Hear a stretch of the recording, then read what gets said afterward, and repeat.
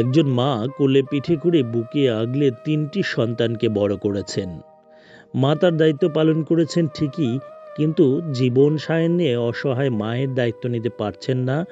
মায়ের আদর, স্নেহ, মমতা, ভালোবাসার সেই ৩ সন্তানের কেহই। তবে নিজের সন্তানরা মায়ের দায়িত্ব না নিলেও বাংলাদেশের সাহসী সেনা সন্তানরা এই অসহায় মায়ের পাশে দাঁড়ালেন। মানবিক উদ্যোগের নজির স্থাপন করল বগুড়া সদর সেনা ক্যাম্প। ১৭ জুন বগুড়া সদরের বড় কুমিরা হিন্দুপাড়া এলাকায় ৯০ বছর বয়সী বিমলা রানী নামের এক বৃদ্ধা অসহায় অবস্থায় রোদের মধ্যে বসেছিলেন তার নিজ ঘরের সামনে। অভিযোগের প্রেক্ষিতে ঘটনাস্থলে পৌঁছয় সেনা টহল দল, যার নেতৃত্বে ছিলেন লেফটেন্যান্ট ফাহাদ।